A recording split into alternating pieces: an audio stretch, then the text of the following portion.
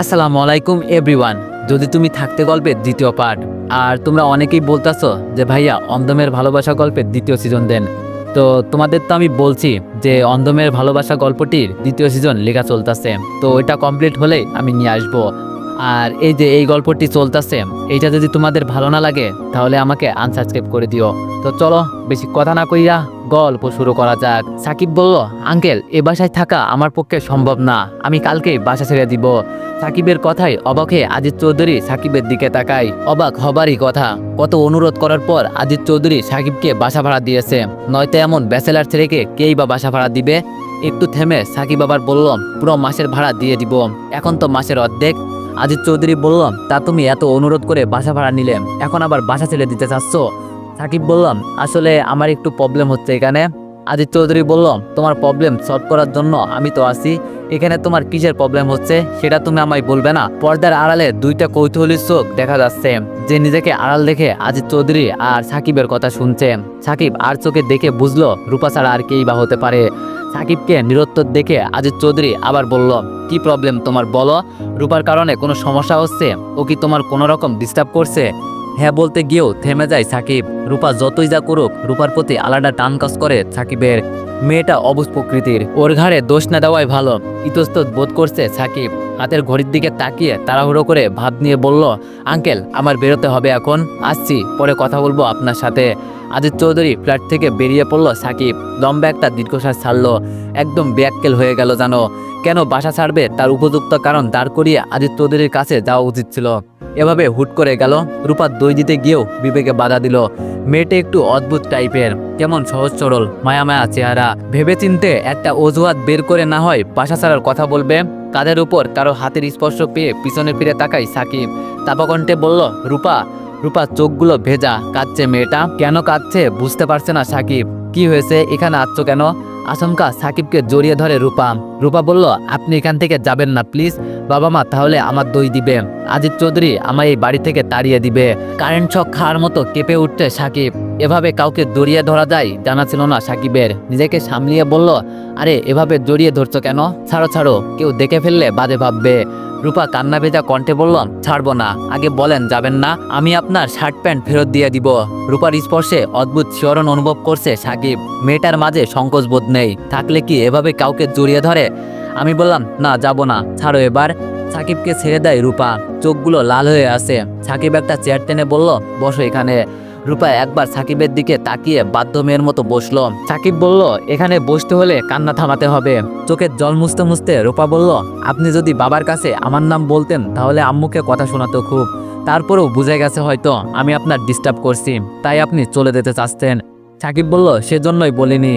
ওয়ানেক্স হচ্ছে সবচেয়ে বিশ্বস্ত বুকমেকার, যা পিএইচডি এবং সিরিয়া অ্যাপের অফিসিয়াল পার্টনার। এই অ্যাপসে আপনি cricket, football, tennis live match দেখতে এবং তাদের স্কোর ভবিষ্যৎবাণী করে সহজেই অর্থ উপার্জন করতে পারবেন।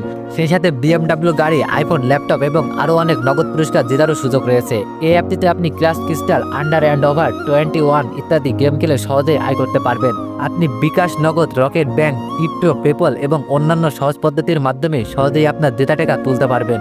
এখানে আপনি 24 ঘন্টায় 7 দিন গ্রাহক সহায়তা পাবেন। তাই এখনই পিন কমেন্টের লিঙ্ক ব্যবহার করে রেজিস্ট্রেশন করুন, অথবা গুগলে ওয়ানেক্স সার্চ লিখে রেজিস্ট্রেশন করুন। আর হ্যাঁ, রেজিস্ট্রেশনের সময় আমার প্রোমো কোড ভোটো7 ব্যবহার করে প্রথমবার ডিপোজিটে 20,000 টাকা পর্যন্ত পান। সাকিবের মাথায় ব্যান্ডেজ করা। রূপা সাকিবের কপালের দিকে তাকিয়ে বলল, আমি ইচ্ছা করে গ্লাস মারিনি। সাকিব বলল, তো কিভাবে মেরেছ? রূপা বলল, জানি না। সাকিব একটু চুপ থেকে বলল, আচ্ছা তুমি তোমার বাবা মায়ের কাছে থাকো না কেন? রূপা বলল, তো আমি কার কাছে থাকি? সাকিব বলল, আজব, ছায়লা আন্টি তো তোমার খালা, তুমি তোমার খালার কাছে থাকো কেন? রূপা বলল, না না, উনি আমার মা। আরেকটা ডাইনি মহিলা আছে, সে বলে আমি নাকি তার মেয়ে, কিন্তু আমার মনে হয় আমি ছায়লা আম্মুর মেয়ে। ফিক করে হেসে দেয় সাকিব। ছায়লা আম্মুর মেয়ে? কি আজব কথা, তোমার আম্মুকে সেটা তুমি বলতে পারো না? একজন বললেই হলো নাকি? রূপা বলল, হ্যাঁ পারি তো বলতে, আপনার ছায়লা আন্টি আমার আম্মু। ধুর, হিসাব মিলাতে পারছে না সাকিব। এই মেয়ের মেন্টালি প্রবলেম আছে। তুমি যদি আমার আর কোনো রকম ডিস্টার্ব করো আমি কিন্তু চলে যাব, এটা তোমার লাস্ট চান্স। মাথা ঝাঁকিয়ে রূপা বলল, আচ্ছা। দুপুরে রোদের ভিতরে পায়ে হেঁটে ভার্সিটি থেকে ফিরছে সাকিব। বেশ তাড়াতাড়ি হাঁটছে, রোদে মাথা ঝিমঝিম করছে। মধ্যবিত্ত ফ্যামিলির ছেলে সাকিব, বাবা মা খুব কষ্ট করে ইঞ্জিনিয়ারিং পড়াচ্ছে। অবশ্য এখন টিউশনির টাকায় চলে যায় সাকিবের, তবুও সবসময় হিসেবে থাকে কিভাবে টাকা বাঁচানো যায়। ভার্সিটি থেকে পায়ে হেঁটে বাসায় আসলে 30 টাকা বেঁচে যায়। জীবনে সাকসেস হতে হলে এই একটু কষ্ট তো করতেই হয়। 3 বোন, 1 ভাইয়ের মাঝে সাকিবই বড়। বোন 3 জন, সাকিবের ছোট। টানপড়নের সংসারে ছেলে মেয়েদের লেখাপড়ার খরচ জোগাতে হিমশিম খেয়ে যায় সাকিবের বাবা। ছোট্ট একটা দীর্ঘ নিঃশ্বাস ফেলে সাকিব। দুপুরবেলা রাস্তা পুরো ফাঁকা। এলোমেলো পায়ে তাড়াতাড়ি হেঁটে চলে আসলো বাসায়। বাসায় এসে কিছুক্ষণ রেস্ট নিল। আজকে রাতে ইচ্ছা করছে না মোটেও। কলেজ লাইফ থেকে ম্যাচে থাকতো সাকিব। মাঝে মাঝে বুয়ার অনুপস্থিতিতে রান্না করতে করতে এখন পাক্কা রাঁধুনি হয়ে গেছে। যদিও রাঁধুনি শব্দটা শুধু মেয়েদের সাথেই যায়। রান্নার উদ্দেশ্যে শোয়া থেকে উঠে ক্লান্তির জন্য আর রাত ইচ্ছা হলো না, আবার শুয়ে পড়ল। কলিং বেলের শব্দে ঘুমানো আর হলো কোথায়। খুব বেশি বিরক্ত নিয়ে দরজা খুলল সাকিব। দরজার সামনে দাঁড়িয়ে আছে রূপা, হাতে 1 প্লেট পোলাও আর মাংস। রূপার দিকে জিজ্ঞাসাসূচক দৃষ্টিতে তাকালো সাকিব। মুচকে এসে রূপা বলল, আপনার জন্য এনেছি। সাকিব বলল, শায়লা আন্টি পাঠিয়েছেন? কোনো উত্তর দেয় না রূপা। রুমে ঢুকে টেবিলের কাছে প্লেটটা রেখে বলল, নেন নেন, খেয়ে উদ্ধার করেন আমায়। অবাক হয়ে তাকিয়ে আছে সাকিব। এখন একদম স্বাভাবিক মনে হচ্ছে রূপাকে। কালো রঙের একটা 3 পিস পরা রূপা, চুলগুলো বেনিগাটা, হাঁটু ছোঁয়াছে, ঠোঁটের নিচে তিলটা স্পষ্ট আছে, বেশি পরিপাটি মনে হচ্ছে। মনে মনে খুশি হয়েছে সাকিব। রান্না করতে ইচ্ছা করছিল না। এমন সময় যদি কেউ খাবার পাঠায় অদ্ভুত ধরনের ভালো লাগে। সাকিব রূপার দিকে তাকিয়ে বলল, আমার শার্ট প্যান্ট নিতে আসনি তো আবার খাবার দেওয়ার বাহানায়? হেসে দেয় রূপা আর বলল, না না, শার্ট প্যান্ট তো ছাদ থেকেই নেওয়া যায়, তার জন্য কি রুমে আসার প্রয়োজন আছে? সাকিব একটু ভেবে বলল, তাই তো। রূপা বলল, সেই দিনের প্যান্টটা দিয়ে দিব, আলখাল্লার মতো ঢিলা হয়, শার্টটা রেখে দিব। বলে সাকিবের দিকে উত্তরের আশায় তাকায় রূপা। সাকিব মাথা নাড়িয়ে বলল, আচ্ছা। হঠাৎ মুখ গম্ভীর করে রূপা বলল, সেদিন আপনার গায়ে গ্লাস মেরেছিলাম, সেই জন্য আম্মু আমায় থাপ্পড় দিয়েছে। ভালোই করেছে তাই না? ভুল করলে তো সবাই মারবে। রূপার কথাগুলো কেমন যেন বাচ্চা টাইপের লাগছে সাকিবের কাছে। এখন যেন একদম ইনোসেন্ট রূপ। বেশ মজা পাচ্ছে সাকিব। বলে উঠল, হ্যাঁ মারবেই তো। রূপা বলল, সে কি, আপনি খাচ্ছেন না কেন? সাকিব খাবার মুখে নিল। রূপা একটা চেয়ার টেনে সাকিবের কাছে বসলো। রূপা বলল, আম্মুর হাতে রান্না খুব মজা তাই না? খাবার মুখে দিতে দিতে সাকিব বলল, অসাধারণ। রূপা বলল, আপনি একাই খাবেন? খাবার মুখে দিতে গিয়েও থেমে যায় সাকিব। হেসে বলে, তুমি খেয়ে আসোনি? রূপা বলল, আরে বাবা, আমি কখন খেলাম? আমি তো আমার খাবার আপনার জন্য নিয়ে আসলাম। ভেবাচাকা খেয়ে যায় সাকিব। লজ্জাও পেয়েছে বেশ। সাকিব বলল, তোমার খাবার তুমি আমার জন্য এনেছো কেন? আমি তো ভাবছি শায়লা আন্টি পাঠিয়েছেন। এখন তো আমি ভাত মাংস মেখে ফেলেছি, তুমি কি খাবে? রূপা বলল, না না, আপনি খান, কিন্তু আমি আপনার সামনে বসে আছি, আমি একটু সাদা উচিত ছিল তাই না? অস্থিরকর অবস্থায় পড়ে যায় সাকিব। ইচ্ছে করছে আধ খাওয়া ভাত আর মাংস ফেরত দিয়ে দিতে। সাকিব বলল, আমি তোমায় সাধবো কিভাবে? ভাত তো 1 প্লেটেই এনেছো। আচ্ছা, তুমি আমার জন্য ভাত আনতে গেলে কেন? আজব। রূপা হেসে বলল, আপনার সাথে ভাব জমাতে। না না, ভাত ফেরত নিব না, আপনি খেয়ে নেন। এখন আর ভাত গলা দিয়ে নামছে না সাকিবের। রূপা মিটমিট করে হাসছে। রূপা বলল, লজ্জা পেয়েছেন বুঝি? কথা বলছে না সাকিব। কিছুক্ষণ চুপ থেকে গভীর গলায় বলে, তোমার মাথায় কি প্রবলেম আছে? তোমার খাবার তুমি আমার জন্য এনেছো কেন? রূপা বলল, বললাম তো ভাব জমাতে। একা একা বিড়বিড় করে বকছে সাকিব। রূপা চেয়ার টেনে সাকিবের একটু কাছে গিয়ে বসলো। রূপা বলল, একা খেতে লজ্জা পাচ্ছেন এখন? আচ্ছা আচ্ছা, আপনিও খান, আমায়ও দেন। সাকিব বলল, তোমার খাবার তুমি পুরোটা নিয়ে যাও। রূপা হা করে বলল, দেন, খাইয়ে দেন। নিঃসংকোচে আবেদন। রীতিমতো অবাক হয়ে যায় সাকিব। এভাবে অপরিচিত একজন মানুষের সাথে এমন বিহেভ কিভাবে করা যায় ভেবে পায় না সাকিব। না, রূপার এসব পাগলামি কোনো চাওয়া পাওয়া খুঁজে লাভ নেই। বড্ড বাচ্চা টাইপের মেয়েটা, খামখাইলের বশত করছে এইসব। সাকিবকে নিরুত্তর দেখে রূপা আবার বলল, কি হলো, দিচ্ছেন না কেন? সাকিব বলল, তুমি বাসায় যেয়ে খেয়ে নিও। চোখ লাল করে রূপা বলে, কেউ যদি আমার কথা না শোনে তাহলে আমার মাথা ব্যথা করে, কাঁদতে ইচ্ছা হয়। আপনি কি চান আমি পাগলামি করি? সাকিব বলল, কি ধরনের ব্ল্যাকমেল এইগুলো? সাকিব এবার রেগে গিয়ে বলল, তোমার খাবার তুমি নিয়ে যাও, দেন বাসায় গিয়ে পাগলামি করো। মুখ গম্ভীর করে ফেলে রূপা, চোখ চলচল করছে, আর একটু হলেই কেঁদে দিবে। রূপা বলল, আমার মুখে কি ময়লা আছে? খাইয়ে দিলে কি পাপ হবে? সাকিব বলল, দেখো রূপা, তুমি বাচ্চা মেয়ে, তুমি এইসব বুঝবে না। আমার রুমে তোমায় কেউ দেখলে বাজে বলবে, প্লিজ তুমি যাও। চেঁচিয়ে ওঠে রূপা, যাব না আমি। চেয়ার ধরে শক্ত করে বসে, কেউ যেন রুম থেকে বের করতে না পারে। সাকিব বলল, রূপা, তুমি ভালো ব্রেনের ডাক্তার দেখাও। রূপা বলল, ব্রেন কি? কথা বলে না সাকিব, এলিয়েন মনে হচ্ছে রূপাকে। রূপা বলল, আপনি যদি আমায় খাইয়ে না দেন তাহলে আমি কাঁদবো, চিৎকার করব। মেজাজ খারাপ হচ্ছে সাকিবের। সাকিব বলল, এই পাগল পেয়েছো তুমি আমায়? বের হও আমার রুম থেকে। সাকিব রূপার হাত ধরে বের করে দিতে চাইলে চেয়ারের হাতল ধরে আরো শক্ত করে বসে থাকে রূপা। এমন পাগলামি মানুষ করে? হুপিয়ে কেঁদে দেয় রূপা। বাচ্চাদের মতো ঠোঁট বাঁকা করে কাঁদছে। সাকিব মহা বিপদে পড়েছে জানো, এমন বিপদে আল্লাহ যেন কাউকে না ফেলে।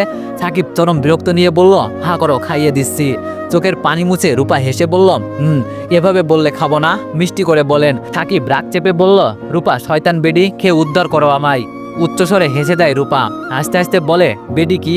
সাকিব কোনো কথা বলে না। প্লেটে বাদবাকি পোলাও রূপাকে খাইয়ে দিয়ে প্লেটটা রূপার হাতে ধরিয়ে দিয়ে বলল, আর কখনো আমার রুমের ধারে কাছে আসবে না। ভেঙচি কেটে রূপা বলল, সে পরে দেখা যাবে। ইস, ভাব জমাতে আসছে উনি, বদের হাড্ডি। রূপার বিষয়টা একটু একটু ভাবাসতে সাকিবকে। রূপা এমন অদ্ভুত কেন? রূপাকে রুম থেকে বের করে দিয়ে বারান্দায় গিয়ে দাঁড়ালো সাকিব। রূপার বিষয়টা সাকিবকে ভাবাচ্ছে খুব। মেয়েটার সাথে যতই খারাপ বিহেভ করুক কখনো রাগ করবে না, নাকি রাগ অভিমানও বোঝে না রূপা, কি জানি। হাতে প্লেট নিয়ে বাসায় ঢুকতেই সাহেলা বেগম বলল, ভাত নিয়ে তুমি কোথায় গিয়েছিলে রূপা? সামনে পা বাড়াতে গিয়েও থমকে দাঁড়ালো রূপা, হাসি মাখা মুখে বলল, আরে ওই বাসায় একটা ভাবলা ক্লান্ত আছে না, যার মাথা ফাটিয়ে দিয়েছিলাম। এই পর্যন্ত বলে আবার উচ্চ শব্দে হেসে ওঠে রূপা। রূপার কারণ ছাড়া হাসিতে বেশ বিরক্ত হয় সাহেলা বেগম। রাগী গলায় বলল, আবার কি করেছো তুমি সাকিবের সাথে? উত্তর না দিয়ে সোফার উপর 2 পা তুলে দারুণ ভঙ্গি নিয়ে বসলো রূপা। রূপা বলল, আরে কি আর করব, উনার সাথে ভাব জমাতে উনার বাসায় গিয়েছিলাম খাবার নিয়ে, কিন্তু আম্মু উনি একদম সুবিধার না। ভুরু কুচকে সাহেলা বেগম বলল, সুবিধার না মানে? আবার হেসে ওঠে রূপা। রূপা বলল, উনার রুমে একটু গিয়েছিলাম, তা বলে মানুষ দেখলে বাজে বলবে, আর কখনো আমার রুমে আসবে না, ব্লা ব্লা ব্লা। সাহেলা বেগম বলল, সাকিব সুবিধার বলে এইসব বলেছে, এইসব কথার মানে তুমি বুঝবে না। একটু থেমে গম্ভীর হয়ে যায় সাহেলা বেগম বলল, রূপা তুমি কিন্তু আমার কথা শুনছো না, আর আমার কথা না শুনলে আমি কিন্তু তোমার বাবা মায়ের কাছে তোমায় দিয়ে আসবো, তখন আর এমন করতে পারবে না। মা বাবার কথা শুনে মুখ ফ্যাকাশে হয়ে যায় রূপার। রূপা বলল, কতদিন না বলছি উনারা আমার মা বাবা হয় না, আমায় তো তুমি মারো না, উনারা আমার মারে, উনারা আমার মা বাবা হয় কিভাবে? রুম থেকে ডাক দেয় আদিত্য চৌধুরী। আদিত্য চৌধুরীর ডাকে সাড়া দিয়ে দ্রুত পায়ে রুমে চলে যায় সাহেলা। আদিত্য চৌধুরী বলল, আমার এখানে একটা বই রেখেছি, বইটা কোথায়? সাহেলা বেগম বলল, আমি কিভাবে বলবো তোমার বইয়ের কথা, আমি কি বই পড়ি? আদিত্য চৌধুরী বলল, পড়ো না সেজন্য কি তুমি বইটা অন্য জায়গায় রাখতে পারো না? ক্ষিপ্ত কণ্ঠে সাহেলা বেগম বলল, না পারি না, সারাক্ষণ বই আর বই, বাসায় যতক্ষণ থাকো বই নিয়ে বসে থাকো। বিড়বিড় করতে থাকে সাহেলা বেগম। বাসায় এসে যে 2 দণ্ড কথা বলবে তা না, সারাটাক্ষণ বই পড়বে। বাড়িটা পুরো লাইব্রেরি বানিয়ে ফেলেছে। আদিত্য চৌধুরী হেসে বলল, এখন কি আর প্রেম ভালোবাসার বয়স আছে যে বাসায় এসে তোমার সাথে প্রেম করে টাইম পাস করব? মেজাজ খারাপ হয়ে যায় সাহেলা বেগমের, চোখ লাল করে তাকায়। আদিত্য চৌধুরী আবার বলে, আরে ভুল কি বলেছি, এভাবে চোখ লাল করে তাকাও কেন? সাহেলা বেগম কোনো উত্তর দেয় না। বইটা খুঁজে পেয়ে ছুঁড়ে মারে আদিত্য চৌধুরীর দিকে। হাত দিয়ে আচমকা বইটা ধরে ফেলে আদিত্য চৌধুরী। আদিত্য চৌধুরী বলল, এত ভারী বইটা যদি আমার মাথার উপর পড়তো তাহলে কি আমি বাঁচতাম? সাহেলা বেগম বলল, যে বই গুছিয়ে রাখতে পারে না তার বই না পড়াই ভালো। আদিত্য চৌধুরী বলল, আহা সাহেলা, তুমি একজন সাইক্রিটিস্ট, তোমার মাথায় যদি এত গরম থাকে রোগীদের অবস্থা কি হবে? সাহেলা বেগম বলল, এইসব নিয়ে তোমার ভাবতে হবে না। এই বলে রুম থেকে বেরিয়ে যায় সাহেলা বেগম। রূপা রুমে গিয়ে দেখে শুয়ে আছে রূপা, জানালার ফাঁক দিয়ে আকাশের দিকে তাকিয়ে আছে। যদিও চারপাশে বড় বড় বিল্ডিংগুলোর জন্য আকাশ দেখার জো নেই। সাহেলা বেগমকে দেখেই উঠে বসে রূপা। মুচকে এসে সাহেলা বেগম রূপার পাশে বসলো। সাহেলা বেগম বলল, আগের মতোই মাথায় পেন হয় রূপা তোমার? মাথা ঝাঁকিয়ে রূপা বলে, না আগের থেকে কম। সাহেলা বেগম বলল, ওই যে তোমার হঠাৎ করে মাথা গরম হয়ে যায়, নিজের শরীরে নিজে আঘাত করো, ভাঙচুর করো, কান্না করো, এখন কি এরকম হয়? রূপা একটু ভেবে বলল, না 2 দিন এরকম হয়নি। স্বস্তির নিঃশ্বাস ফেলে সাহেলা বেগম। কিছুটা হলেও তাহলে সাকসেস উনি। মনের ভিতরে একটাই চিন্তা, রূপার মাকে দেওয়া কথা রাখতে পারবে তো? সাহেলা বেগম ফোনের গ্যালারি থেকে একটা ছবি বের করে রূপাকে দেখালো। সাদা আরপন পরে বাইকের উপর বসে আছে রূপা। সাহেলা বেগমের হাত থেকে ফোনটা নিয়ে ছবিটা খুঁটিয়ে খুঁটিয়ে দেখে রূপা। রূপা বলল, এটা আমি? সাহেলা বেগম বলল, তোমার বাবা মা যদি এখানে তোমায় দেখতে আসে তাহলে কি পাগলামি করবে? চোখ মুখ কুঁচকে ফেলে রূপা, যেন সাহেলা বেগম খুব বিশ্রী কথা বলেছে। রূপা বলল, উফ, উনাদের আমার সহ্য হয় না, বোঝো না কেন তুমি ব্যাপারটা, উনারা আমায় কত মেরেছে, বলে কেঁদে দেয় রূপা। সাহেলা বেগম বলল, ভালো হয়ে চললে কেউ মারবে না। রূপা শক্ত গলায় বলল, উনারা যেন এখানে না আসে, ভালো হবে না কিন্তু। হতাশ হয়ে যায় সাহেলা বেগম। সাহেলা বেগম বলল, উনারা তোমার বাবা মা, উনাদের কি তোমায় দেখতে ইচ্ছা করে না? সাহেলা বেগমের আরেকটু কাছে ঘেঁষে বসে রূপা বলল, না তুমি আমার আম্মু। সাহেলা বেগম রূপাকে সব কথাটা শোনাতে পারলেও এই কথাটা কিছুতেই শোনাতে পারছে না। ভুল কিছু রূপার মা বাবারও আছে, উনাদের রূপাকে বোঝা উচিত ছিল। এই ব্যাপারে আর কিছু বলে না সাহেলা বেগম।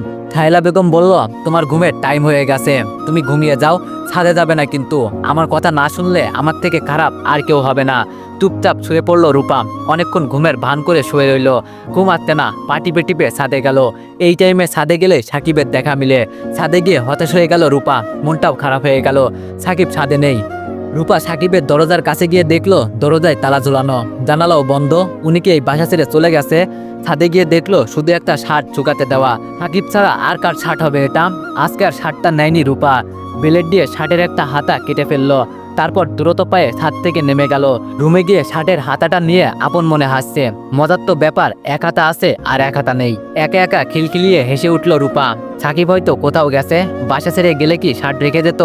একটু পর ছাদে চেঁচামেচি শোনা গেল। পাশের বাসায় আন্টি চিল্লাচ্ছে, তার হাজবেন্ডের নতুন শার্টের হাতা পাচ্ছে না। এগুলো কেমন অসভ্যতামি! কান খাড়া করে সবটা শুনছে রূপা, ভয়ে চুপতে গেল। যদি কোনোভাবে জেনে যায়। চুপচাপ ঘুমের ভান করে শুয়ে রইল। চেঁচামেচি শুনে ছাদে গেল শায়লা বেগম। শায়লা বেগমকে ছাদে দেখেই শার্টটা ওনাকে দেখিয়ে বলল, দেখেন খালা, কালকে শার্টটা কিনে এনেছে। ইজি ব্র্যান্ডের 3000 টাকার শার্টটার মূল্য। কথা শুনে বোঝা যাচ্ছে শার্টের মালিক অনেক রেগে আছে। রূপা কি এমনটা করেছে? না জেনে কিছুই বলা যাচ্ছে না। শায়লা বেগম দ্রুত পায়ে রূপার রুমে আসলো। এসে দেখলো রূপা ঘুমাচ্ছে।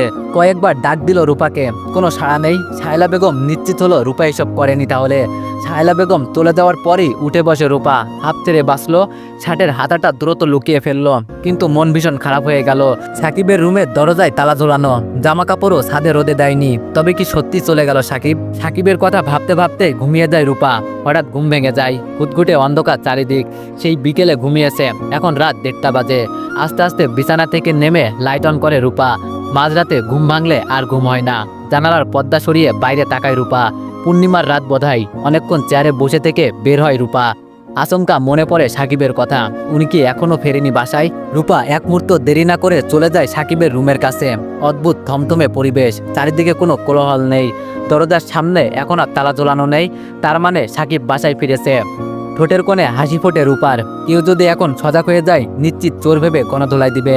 সাকিবের খাটটা রুমের দেয়াল ঘেঁষে। খাট বরাবর 2টা জানালা রয়েছে। জানালা দুটো খোলা। রুমের ভিতর কিছুই দেখা যাচ্ছে না অন্ধকারের জন্য। রূপা আবার রুমে গিয়ে টর্চ লাইট নিয়ে আসে। জানালা দিয়ে লাইটের আলো গিয়ে পড়ে সাকিবের মুখে। গভীর ঘুমে আচ্ছন্ন সাকিব। রূপা লাইট মেরে পুরো রুমটা দেখতে লাগলো। 2টা খাট সাকিবের রুমে, আরেকটা খাটেও মানুষ ঘুমাচ্ছে। সাকিব তো একা এখানে থাকে, তাহলে ওই খাটে কে? রূপা ভালো করে লাইট মেরে দেখলো 2জন মানুষ ঘুমাচ্ছে অন্য খাটে। একটু বয়স্ক, সাকিবের মা বাবা হতে পারে। ওই দিকে আর মনোযোগ দেয় না রূপা। জানালার ফাঁক দিয়ে সাকিবের চুল টান দেয়। ঘুম ভাঙছে না সাকিবের। লাইটটা মারলো সাকিবের চোখের দিকে, যাতে আলো একদম চোখ বরাবর পড়ে। লাইটের আলো চোখ পড়তে চোখ মুখ কুঁচকে ফেলে সাকিব। রূপা বারবার লাইট মারছে। রূপা এবার জোরে চুল ধরে ঝাঁকি দেয়। হকচকিয়ে উঠে বসে সাকিব। হঠাৎ ঘুম ভাঙার ফলে কিছুই বুঝতে পারছে না। তবে কি হচ্ছে ব্যাপারটা বোঝার চেষ্টা করছে। লাইট অফ করে জানালার কপাটের আড়ালে চুপচাপ চোরের মতো দাঁড়িয়ে আছে রূপা। সাকিবের মনে হলো কেউ জানালা দিয়ে চুল টান দিয়েছে, কিন্তু না, জানালার কাছে তো কেউ নেই। স্বপ্ন দেখছিল বোধহয়। এইভাবে আবার শুয়ে পড়ে সাকিব। সাকিব শুয়ে পড়ার সাথে সাথে রূপা কণ্ঠটা একটু মোটা করে বলে, আমি ভূত। ইঞ্জিনিয়ারিং পড়া ছেলে সাকিব, ভূত পেতনির ভয় পাবে কেন? ভূত কি জানালা দিয়ে চুল টান দিবে? ভয় পাচ্ছে না সাকিব, বরঞ্চ বিরক্ত হচ্ছে।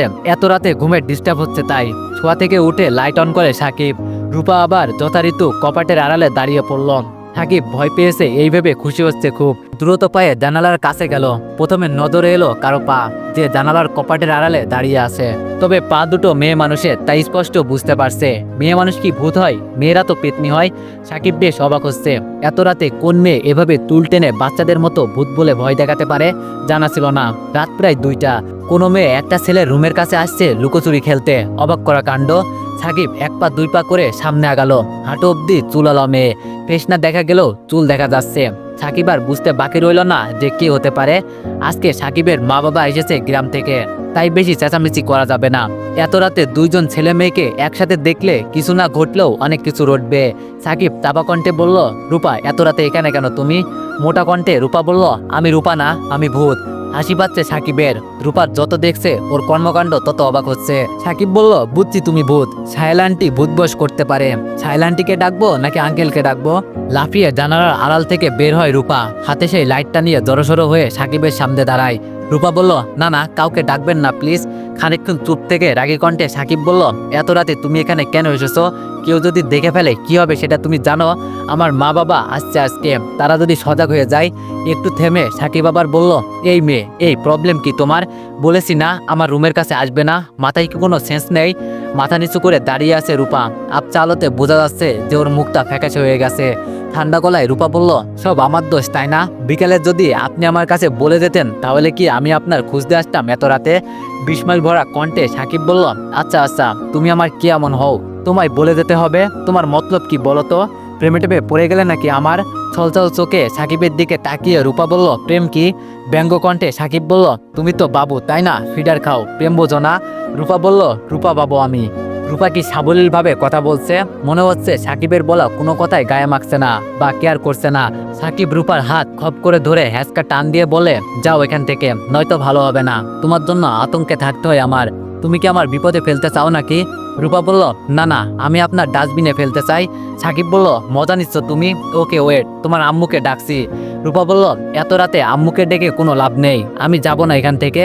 আমি এখন আপনার বাবা মাকে ঘুম থেকে ডেকে তুলব এবং তাদের সাথে ভাব জমাবো। রূপার মুখের দিকে হাঁ করে তাকিয়ে আছে সাকিব। কি আবল তাবল বকছে মেয়েটা। রূপার কথায় বিস্মিত হয়ে যাচ্ছে সাকিব। রূপা সাকিবকে ঠেলে রুমে ঢুকতে চাইলো। সাকিব ভ্যাঁচকা টান দিয়ে রূপাকে সরিয়ে নিল। মাঝরাতে এ কোন বিপদে পড়ল? এর থেকে বিপদ আর কি হতে পারে? রূপাকে একটু দূরে সরিয়ে নিয়ে ঠান্ডা গলায় সাকিব বলল, আচ্ছা তোমার কি চাই, কেন এমন করছো? রূপা বেশ ভাব নিয়ে বলল, মাঝরাতে ঘুম ভাঙলে আমার আর ঘুম হয় না। আপনি যদি এখন আমার সাথে ছাদে বসে আড্ডা দেন তাহলে আপনার বাবা মাকে ডাকবো না। রাগ চাপিয়ে সাকিব বলল, তুমি এখান থেকে যাবে নাকি সাহেল আন্টিকে ডাকবো? রূপা বলল, ডাকেন ডাকেন। কয়েক পা হেঁটেই থেমে গেল সাকিব। এত রাতে ডাকতে যাবে? কেমন যেন বেমানান লাগছে ব্যাপারটা। তো এভরিওয়ান, গল্পটি অনেক ভালো। তোমরা মনে করতেছো গল্পটি ভালো না, তো তোমরা গল্পটি শেষের দিকে শুনলে অনেক মজা পাইবা। তো নেক্সট পার্টের জন্য অপেক্ষা করো। ধন্যবাদ।